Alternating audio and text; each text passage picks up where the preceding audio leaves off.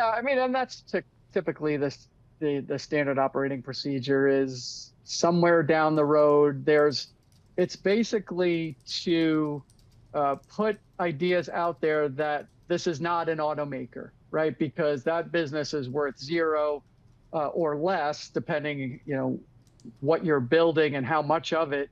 The interesting thing to me about cyber cab or whatever was, granted, there's no driver, but it was only 2 seats. Am I wrong on that? Or That's so it weird. would seem like, Makes no right, sense to like it me. would seem like you would, right, like you go out as couples or, you and a couple of buddies. Like it seemed like 2 seats, even though I thought it should have held more people to that, but whatever. But no, that's ultimately the plan is that this is a company that is a story stock, obviously, and the narrative is every way that it is not an automaker, and it's about technology and all the non-disprovables down the road that get it the valuation similar to other or even higher than other tech companies.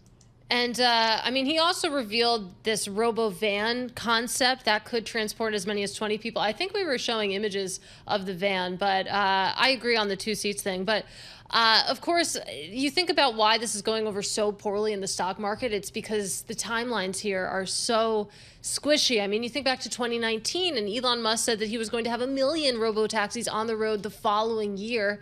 And that obviously did not happen. We are in 2024. But I mean, Kevin, you point out in your notes that this is sort of, par for the course for Tesla and for Elon Musk specifically.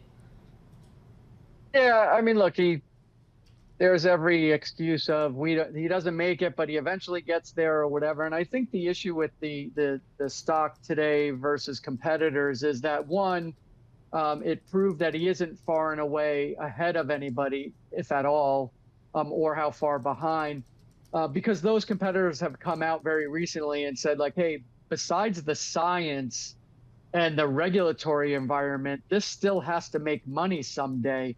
And we're very far away from that. And I think when you look at the event last night, he didn't answer any of those questions. If those are the three big things, like, hey, is it possible? By when? And when does it make money? The investors really didn't get any of those answers. So you sell off one and you buy the others that at least, if nothing else, might not be any closer, but they're being more realistic about the goals. By the way, there already are driverless like robo-taxis in San Francisco and probably other super progressive cities. Why is this such a big deal? Why is it so hard to achieve it? Waymo already does it. Yeah, well, I thought what was interesting going back a way, they talked about, because you'll hear it all the time, especially from the bulls, about how much data they get from full self-driving already being on the road. But the question is, how much of it is actually usable? How much is actually teaching anything, right? If nothing's happening, what are you learning from that data? So you can collect all the miles, but until you have a disengagement or an event, it doesn't really learn anything. So, I think it's a little bit of that, is that people get distracted by how much data they collect. But my question is like, how much of it is really usable?